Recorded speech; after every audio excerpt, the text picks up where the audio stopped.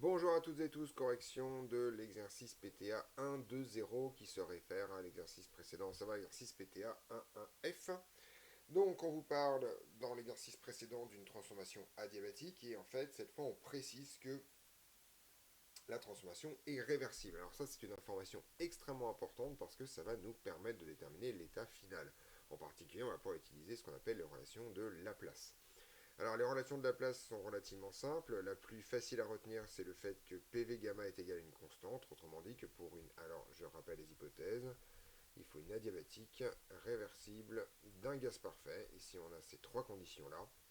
Alors la pression initiale fois le volume initial est égale à la pression finale fois le volume final à la puissance gamma. Le gamma ne s'appliquant, comme cette expression mathématique l'indique sans ambiguïté, uniquement au volume.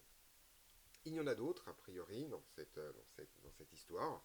Pour les retrouver, il suffit de remplacer en enlevant les constantes, les diverses choses. Par exemple, je sais que la pression, c'est la température divisée par le volume.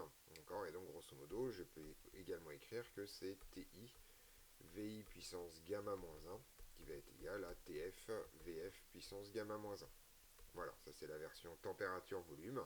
Et on a aussi une version température-pression en remplaçant en fait le volume par T sur P. Donc là je vais avoir tout simplement un TI puissance gamma et un PI puissance 1 moins gamma et qui va être égal à PF 1 moins gamma facteur de TF puissance gamma. Voilà, donc une fois qu'on a ces trois relations, on peut choisir celle qu'on veut pour avoir les choses. Ici en fait je vais utiliser principalement celle-là et celle-là pour une raison extrêmement simple. C'est que c'est le rapport des températures que je connais, donc je vais plutôt utiliser les choses avec les températures.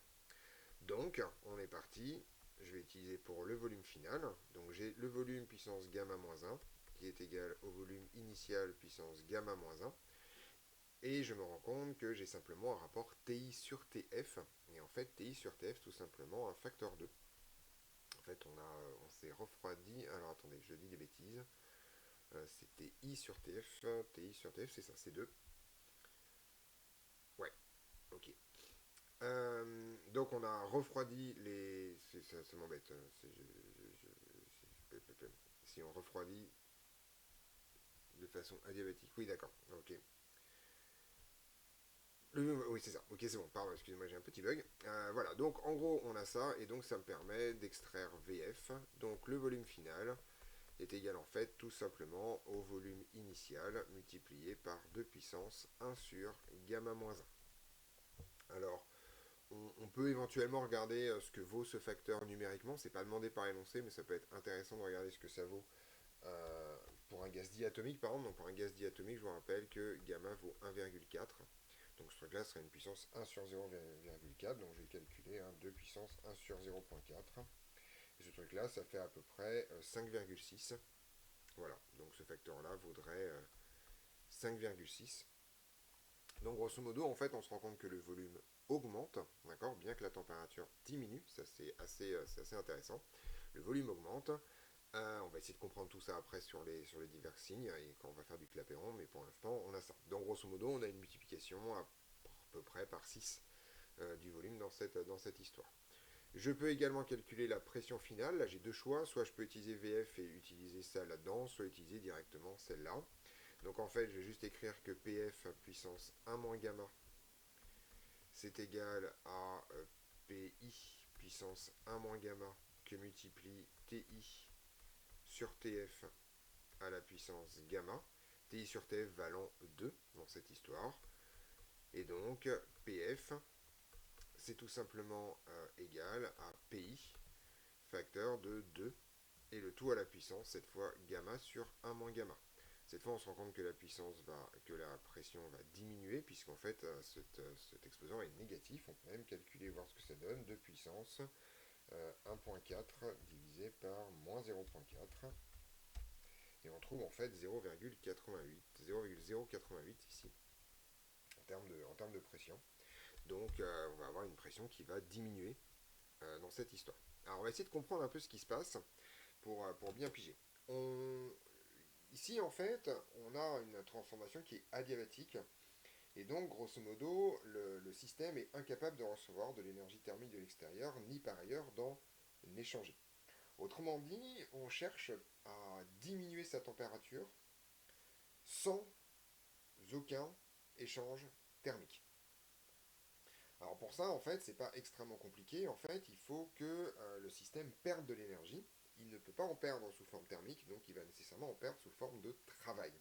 Pour que le système perde du travail, il va être obligé de s'expandre. Ça, c'est vraiment quelque chose d'hyper important à comprendre et qui est assez contre-intuitif quand on fait de la thermodynamique du quotidien, où on s'intéresse en général à des liquides, à des solides, et où forcément une variation de température est nécessairement associée à un transfert thermique.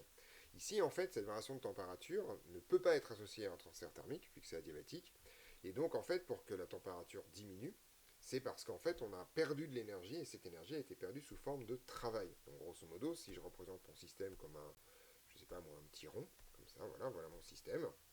Dans son état initial, eh bien, en fait, il est clair que dans son état final, il va en fait il va en fait tout simplement être monté, être plutôt pas monté, c'est pas l'idée, être gonflé.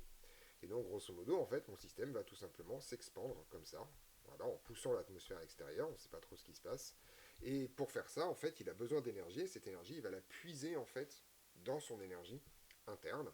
Et donc, en fait, grosso modo, il va arriver là, et il aura donc vu sa température diminuer dans cette histoire, puisque, c'est pas des flèches, il va avoir vu sa température diminuer, puisqu'en fait, il a puisé de l'énergie dans son énergie interne.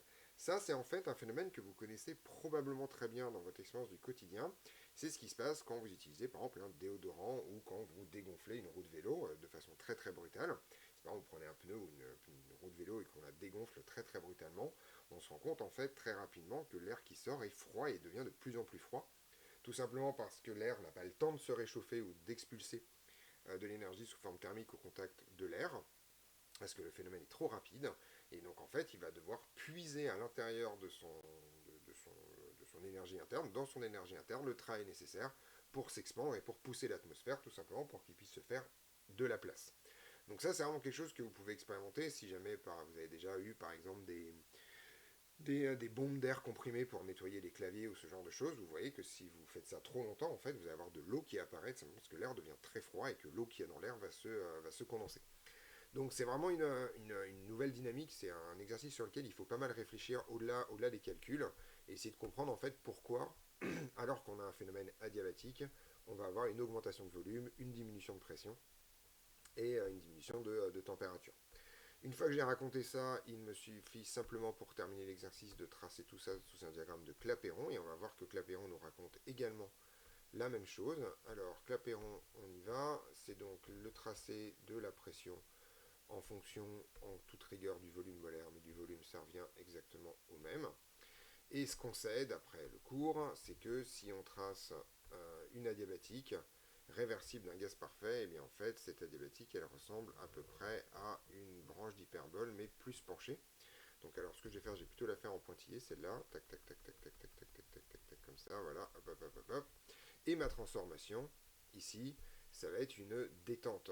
Donc grosso modo, ça va être quelque chose qui va être, j'essaie de recopier les pointillés, c'est encore moins simple, mais c'est pas grave, on va y arriver. Ma transformation, elle va être ici. Donc mon état final va être là, et mon état initial va être ici.